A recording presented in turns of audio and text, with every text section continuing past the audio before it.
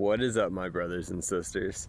Today I'm going to review the only Terrence Malick film that I've actually ever seen, who I hear that he's kind of a controversial director in the way that a lot of people question his overall filmography and whether all of his films are of the same quality. I cannot attest to that, but today I'm going to be reviewing Badlands. And I love the Criterion collection of Badlands. I'm not gonna lie, I'm not one of those people that collect Criterion. If I had more money, I probably would do that, because they really do a great job restoring the original film. And of course, you know, there's a lot of special features and everything, but I love this copy in particular. I mean, it looks good. I love the art. And then inside there's a book with all the pictures from the movie and everything like that, with 4K pictures and everything, and kind of it goes over a summary of the film and I think different directors talking about it.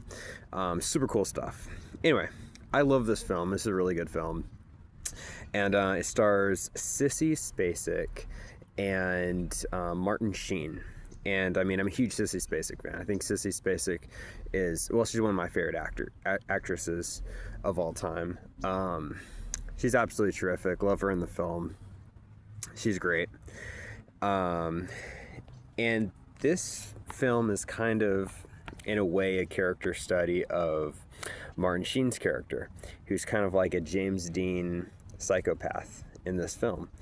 And I don't think that he's actually fully a cohesive character in full. I think that there's kind of a change throughout the film on how he's portrayed. I don't know if that's on purpose or not. I think it's kind of interesting because in the beginning of the film, he's kind of like a loser, deadbeat kind of guy who's, you find out he's actually older than you might think he is. He's like 27 or something like that, which is kind of a scandalous thing, and he kind of taints the relationship in the movie because it's like a Bonnie and Clyde type duo, but instead of robbing banks, he's killing people, and she's not technically an accomplice, but she's complicit in what he's doing, and she doesn't really care too much, but at the same time she's like 15. And back to what I was saying about the Martin Sheen's character. He starts out in a way kind of like a loser deadbeat with a James Dean persona, and he kind of uses that as a shield. And then toward the end of the movie, he starts to think of himself as a hero. And, you know, now that I'm thinking about it, maybe it is kind of coherent and cohesive about his character, that when he does get, and I am going to spoil it, at the end he gets caught by the police, it kind of gives him a purpose. And I think that he feels like he has a purpose. So he's acting super swag, he's acting super cool because he thinks he has a purpose now, which is the ultimate bad guy psychopath that's also super likable and looks kind of like James Dean. And everybody thinks he's super cool, which is insane because he's a really sick guy. It's an interesting film, and you could definitely see how it influenced films like Natural Born Killers. It's very similar in a lot of ways, and I think Badlands is a better film than Natural Born Killers, in my opinion, which I'd like to rewatch that movie again. But no, Badlands is a great film. It takes place in the 30s, and 1959. My bad. For some reason I was thinking the 30s. 1959. It wouldn't even make sense because they referenced James Dean. I said the 1930s. 1959. Great film, and the highlight of the film to me is the landscapes. And you could, because I've seen two versions. I saw a free uploaded version on YouTube, which I don't know if it's still there, but 2 years ago it was. That's the first time I saw it. It was about 2 years ago.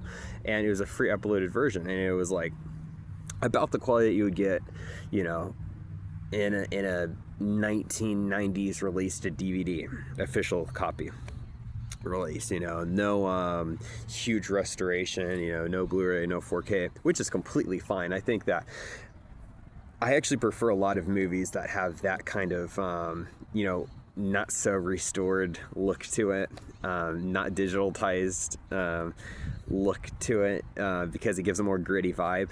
And I think that it benefits the film in some ways in the more violent aspects, but this film in particular looks really good with the Criterion. Um, it's just a beautifully shot film. There's a lot of landscapes, a lot of open landscapes. And it kind of it's the Badlands of Montana, I believe. Yeah, I believe it's Montana, and it's just so beautiful. So there's this one scene of him, and it's very popular. And he's standing with a rifle on his shoulders, and he has his hands hanging over the rifle, and you just see this giant landscape with nothing there, except him and Sissy and the car. And it's just such a beautifully shot film, and the color grid of this film is amazing. There's a few scenes where her dad is an artist, and it shows the artwork, and the colors really pop out. I don't know exactly what camera they used and what film they used, but whatever it was, they purposely did it because the colors just pop out so beautifully. Beautifully shot film, just immaculately shot. A lot of the acting in this film, especially by Sissy Spacek's character, is super vague and not connected to reality, disconnected, kind of like disconnected.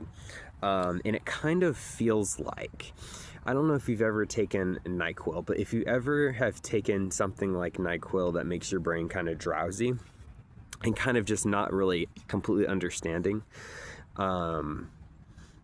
that's kind of like how Sissy Spacek's character, and kind of how a lot of the characters act in this film, kind of disassociated, but especially her. And I think it's because of the trauma that her mother died at a young age, and I don't think she fully got over that in the film. I'm not talking about in real life, but like in the film, her mother dies, or they talk about it, and it kind of alludes to the fact that she never fully gets over that, and I think that does carry with her. And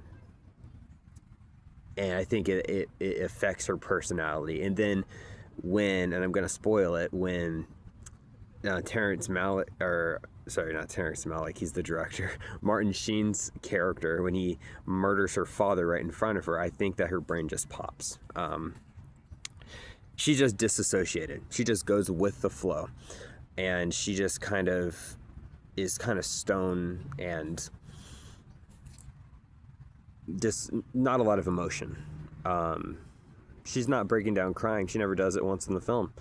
But something just pops in her brain. Like you kind of get the feeling that she's a psycho because she has really no emotion, but she doesn't commit any crimes herself. So I think it's mainly just the trauma of what she witnesses that makes her feel like that. But her acting is just just strange. It's just like she's disassociated from reality, and I think that that's actually sort of realistic to what it would be like, but the way that it's done and the way it's executed is in an artistic way, and that's why this movie is kind of an art house film, because obviously the way it's shot is beautiful, but it's kind of told, the writing and the acting is just very gentle. There's not a lot of yelling. I don't think there's any yelling.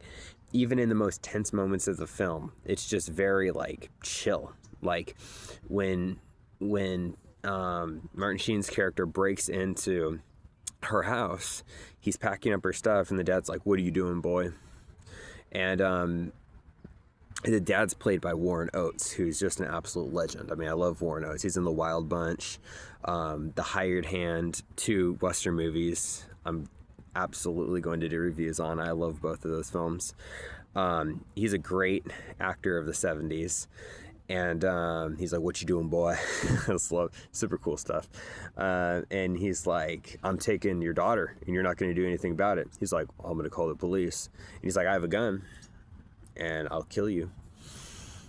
And just the acting, it's just so chill, and it doesn't feel realistic, and that's not a bad thing. I think that's kind of the artistic purpose of the film or something, but it's the style of the film, and it's just the film. It just feels discombobulated from itself, from reality. Like I said, like it's just missing something. It's like when you take NyQuil or something that makes your brain really drowsy. That's how the acting feels, but it's not in a boring way. I'm not saying that the acting is boring, because the acting's terrific, and the writing of the film is pretty good in my opinion. Like I said, it does feel a little bit not consistent with how Martin Sheen's character is portrayed. Although I think that if you made the assumption that he found his purpose by being the media serial killer that looks like James Dean, that's why he's over compensating in the way he's acting, that would make sense. But overall, it's a beautifully shot film. It's a beautifully shot film, and one of the best films of the 70s.